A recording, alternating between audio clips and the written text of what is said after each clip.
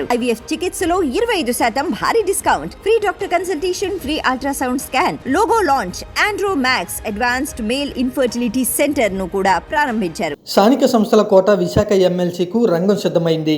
ఇప్పటికే ఈ ఎన్నికకు సంబంధించి నోటిఫికేషన్ను ఎన్నికల సంఘం విడుదల చేయడం జరిగింది. ఆగస్టు 30న ఈ ఎన్నికలు జరగబోతూ ఉన్నాయి. ఈ ఎన్నికను ఇరు పార్టీలు కూడా అత్యంత ప్రతిష్టాత్మకంగా తీసుకున్నాయి. విశాఖలో స్థానికంగా వైసీపీ పూర్తి మెజార్టీతో కనిపిస్తుంది.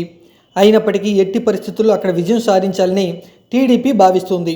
అయితే వైసీపీ అక్కడ స్ట్రాంగ్గా ఉండడంతో ఏం చేయాలో తెలియని స్థితిలో టీడీపీ నాయకులు నిలిచిపోయారు.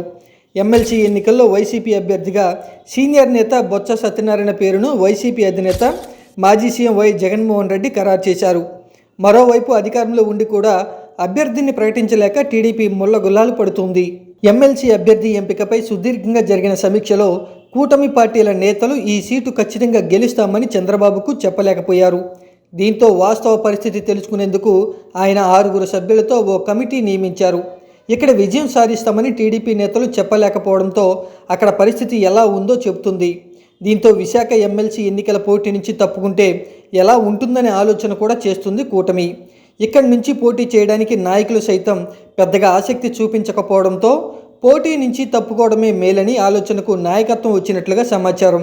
విశాఖలో మొత్తం 841 ఓట్లు ఉండగా అందులో వైసీపీ బలం 615 ఉంది. టీడీపీ, జనసేన, బీజేపీ సభ్యులకు కేవలం 215 ఓట్లు మాత్రమే ఉన్నాయి.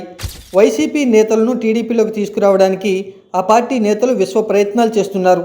ఈ క్రమంలోనే 14 మంది వైసీపీ కార్పొరేటర్లు టీడీపీలో చేరగా మరో 12 మంది కార్పొరేటర్లు జనసేనలో చేరారు. అయినప్పటికీ వైసీపీనే మెజార్టీ సభ్యుల బలంతో కొనసాగుతుంది.